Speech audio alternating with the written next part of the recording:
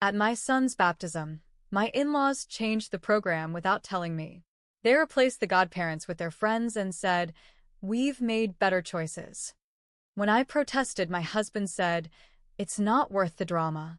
So I walked up to the altar, took the mic, and read the names I had legally filed, then walked out with my son before they could even finish the prayer. This happened 6 months ago in Charleston, South Carolina. Our son, Jonah, had just turned 5 months old. My husband Matt and I had planned his baptism at his family's church, some old brick Presbyterian place that smells like dust and memories. I didn't grow up religious, but I didn't care where it happened. What mattered to me was the moment, the people, and honoring those who truly showed up for us. Matt and I had agreed early on that the godparents would be my brother, Evan, and my best friend of over a decade, Tara. They were family. They earned it. Evan was the first to hold Jonah after the nurses brought him to me. Tara slept on our couch for 3 days when I couldn't walk straight after the C-section. They were at my house more than Matt was, and that's not an exaggeration. Matt had started staying late at work or at his parents' house a lot after Jonah was born. It got to the point where I stopped asking where he was. When I did ask, he said things like, "My mom's helping me figure some stuff out." That meant I was the one figuring out diapers and cluster feedings while he vented to Diane. His mom had a problem with me from the start. Said I was free-spirited. Her words. Said I didn't grow up with the right morals. That my family didn't come from faith. I let it slide more than I should have. I bit my tongue when she looked me up and down at our wedding. I let it go when she insisted on planning my baby shower without asking me anything. I gave her room to be a grandma. But this was war. The night before the baptism, I noticed Matt acting strange. Pacing, checking his phone, not making eye contact. Asked if everything was okay, and he just said, "It's gonna be fine. Just don't overthink tomorrow." That was his answer to everything lately. I should have pressed him harder. The next morning, we dressed Jonah in the white cotton gown that had been in my family since the 1960s. Evan had worn it. I had too. We were proud of it. We arrived at the church 20 minutes early. The building was already half full, mostly Matt's extended family and some church members. I looked around for Tara and Evan and waved when I saw them sit together near the front. Tara was beaming. Evan gave me a thumbs up. I stepped toward the table at the front to check the programs, and that's when my stomach dropped. The programs didn't say Tara Miles or Evan Blake. They said Richard and Martha Hanley. I had no idea who the hell Richard and Martha were. I turned to Matt and asked, "What is this?" He looked like I had just caught him stealing. "Can we not do this right now?" he muttered. "Matt, those aren't the names." He sighed and rubbed his face like I was the problem. "My mom thought it would be better this way." "Your mom? What?" She said Richard and Martha are more in line with the church. I stared at him, and he wouldn't even look back. "Are you telling me your mother picked new godparents and didn't tell me? And you went along with it? They're just names. It's not worth the drama." That was it. That was the exact moment I felt something in me snap. I walked straight to Diane. She was talking to some of her church friends near the front pew. "Diane," I said, already shaking. "What happened to the godparents we agreed on?" She didn't even flinch. "We made better choices," she said, like she was talking about picking a better wine. "You'll understand one day." "Better choices?" I repeated. "Are you out of your mind? You're young. You don't see what's important yet. Godparents aren't just about who babysat during nap time. It's about spiritual guidance." "They're about who shows the hell up," I hissed. She narrowed her eyes. "Don't cause a scene. You're in God's house." "Then maybe act like it," I said. Matt stepped in then. "We're starting soon. Please, let's just get through it." I looked at him like I didn't know him. "You let your mother rewrite our son's baptism like I don't exist. You're overreacting." I said nothing. I walked back to the pew, lifted Jonah into my arms, and pulled the folded baptismal document from my purse, the one I had submitted to the church office 2 weeks ago. I had filed it myself, printed it, signed it, got the church clerk's signature. I took a deep breath, walked up to the altar just as the priest was about to speak, and said, "Excuse me." Everyone turned. I need to make a correction. My voice was shaking, but I didn't stop. I walked up, holding Jonah, and faced the congregation. The godparents of Jonah Blake are Tara Miles and Evan Blake. That's what I filed. That's what the church accepted. And that is the truth. Any other names are not only incorrect, they were inserted without my knowledge or consent. People looked around, whispering. Diane stood up in the second pew, face flushed red. This is not the time.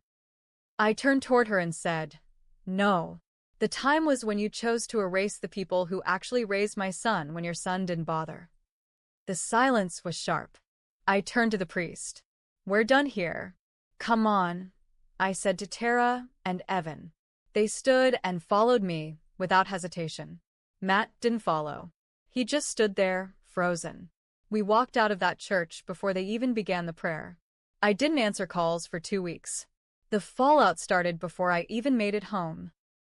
I got in the car with Tara in the passenger seat and Evan following behind us in his. Jonah was asleep in his carrier, completely unaware that his family had just exploded around him. Tara kept saying, "I still can't believe they did that to you." To him. I couldn't talk. My hands were shaking too bad. I just nodded and kept my eyes on the road. When I pulled into our driveway, Matt's car was already there. He must have slipped out right after we left the church. He was sitting on the front steps when I walked up. I didn't say a word. "Look," he said, standing up. "We need to talk." "No," I said.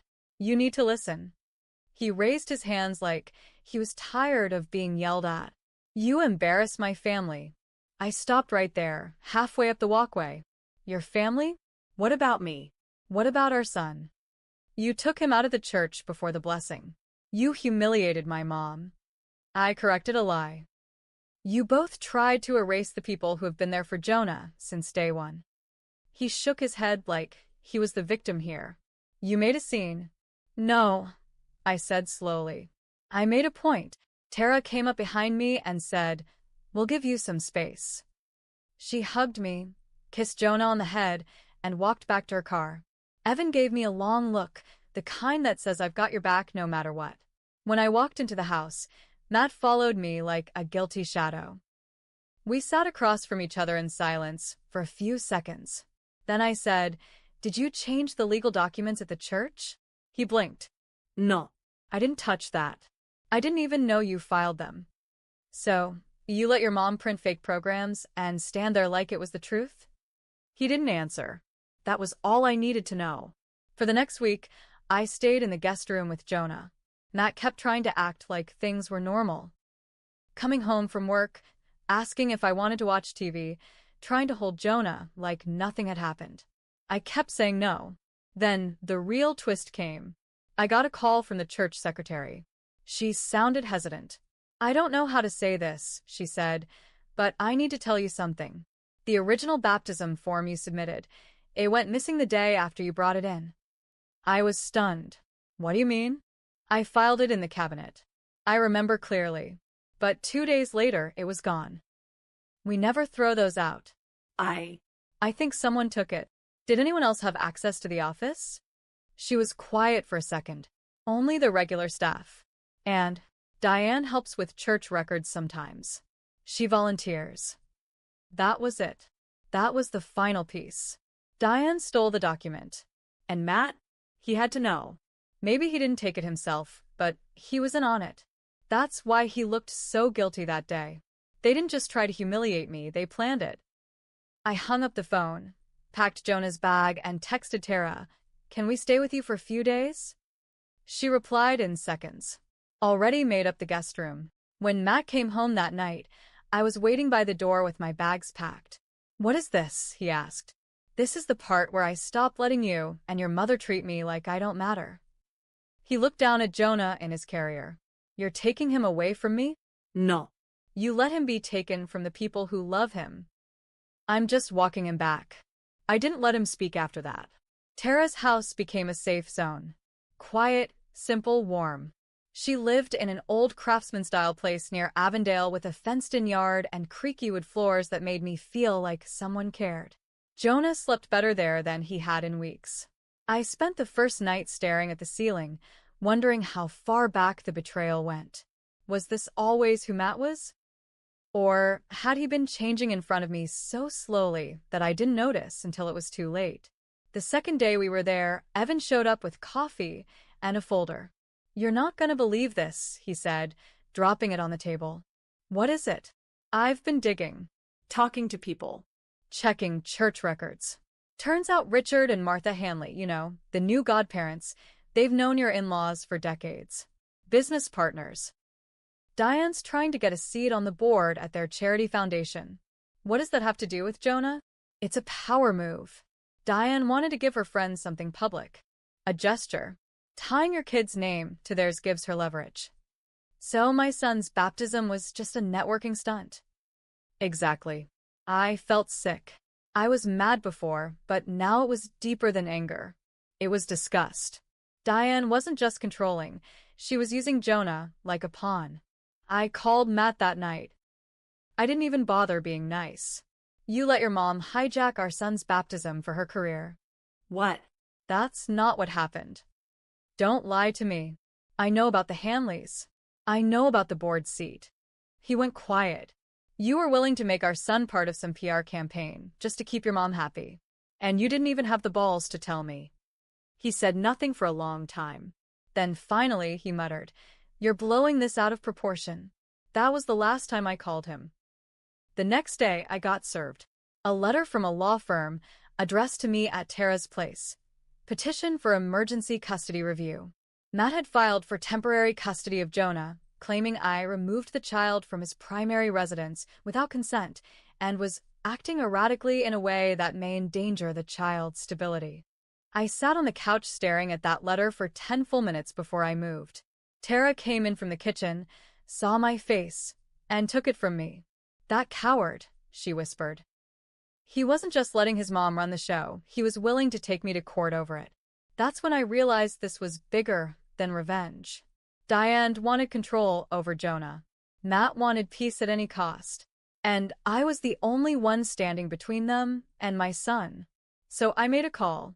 Not to a lawyer, not yet. First, I called someone Diane didn't think I knew. Susan, one of the women from the church committee. She liked me. Always had.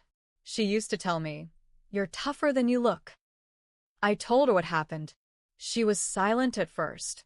Then she said, "Meet me tomorrow. I'll show you something you need to see." I met her in the back room of a tiny cafe off King Street.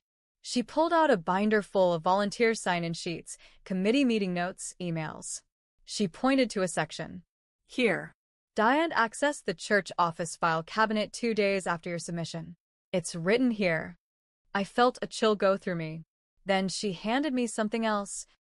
A copy of the original godparent filing I had submitted. She thought she shredded everything, Susan said. But I keep digital backups. It wasn't just proof. It was evidence. Now I had something to fight back with, and I planned to use it. I sat in the cafe for a long time after Susan left, holding that copy of the original godparent filing like it was a weapon. Because it was. I wasn't just going to use it to win custody, I was going to use it to tear down every fake thing Diane had built. I wasn't just hurt anymore. I was done letting people like her walk over people like me. The next day, I walked into a lawyer's office downtown, dropped the folder on his desk, and said, "I need to respond to this emergency custody petition. And I need to go further." He flipped through the pages, raised his eyebrows, and said, "They screwed with the church documents?" I nodded. They tried to erase my son's godparents to score points with some charity. They forged a church program, lied to the congregation, stole official paperwork. He leaned back in his chair. "This isn't just custody. This is fraud. Possibly even defamation if they're painting you as unstable. I want to file everything I can. Full custody. Injunction against further contact. And I want the court to know exactly who they're dealing with." We filed that afternoon. It didn't take long. Diane's name was on the volunteer records. The secretary confirmed she was alone in the office. The church even gave a written statement. The Hanleys backed out of any comment entirely, clearly not wanting their names dragged through it. I didn't stop there. I sent a copy of the legal godparent form and a letter detailing what had happened to every single person who had attended that baptism. I sent it with a photo of Jonah, smiling in his crib, and a note that read, "This is the child you all watched get turned into a stage prop. These are the people who should have stood by his side. Not for social points, not for status, but because they loved him. Don't let his name be used in someone else's lie." Then the court hearing came. Matt sat across from me with Diane on his left. She looked smug, like always, like nothing ever touched her. But when my lawyer laid out the timeline, showed the volunteer logs, the deleted file notice, and finally the original godparent form, her face cracked. Then I stood up. "I'm not perfect," I told the judge. I walked out of that church because I was pushed into a corner. Because I was watching the people who actually loved my child be erased like they didn't matter. I didn't cause drama. I responded to betrayal. I looked right at Matt, and my husband stood there and let it happen, because peace with his mother mattered more to him than protecting me or our son. The judge didn't even hesitate. Full custody awarded to me. Matt was given supervised visitation until he could show a stable co-parenting plan without Diane's influence. An injunction was placed against Diane, no contact with Jonah unless I approved it, which I wouldn't. Outside the courtroom, Matt followed me down the steps. "Why'd you go this far?" he asked, his voice small. I turned around. "Because I gave you every chance to stand up for me, and you never did. You picked your mother every time. And now? You get to live with that." He looked like he wanted to say something else, but I walked away. It's been 4 months now. Tara and Evan are officially Jonah's godparents, recognized by both the church and the state. They come over every week. Tara helps with bedtime. Evan built Jonah a swing set in the backyard. They're not perfect. Neither am I. But we show up. Matt still gets his short visits. We meet at a public center. He asks about Jonah's milestones, his teeth, his new words. I answer politely. But I keep my guard up. He lost the right to anything more. As for Diane, she called once, left a voicemail. "I just want to talk." I never meant for it to go that far. I never called her back. She made her choices. So did I. And I'll never apologize for putting my son first, even if I had to tear the whole damn altar down to do it.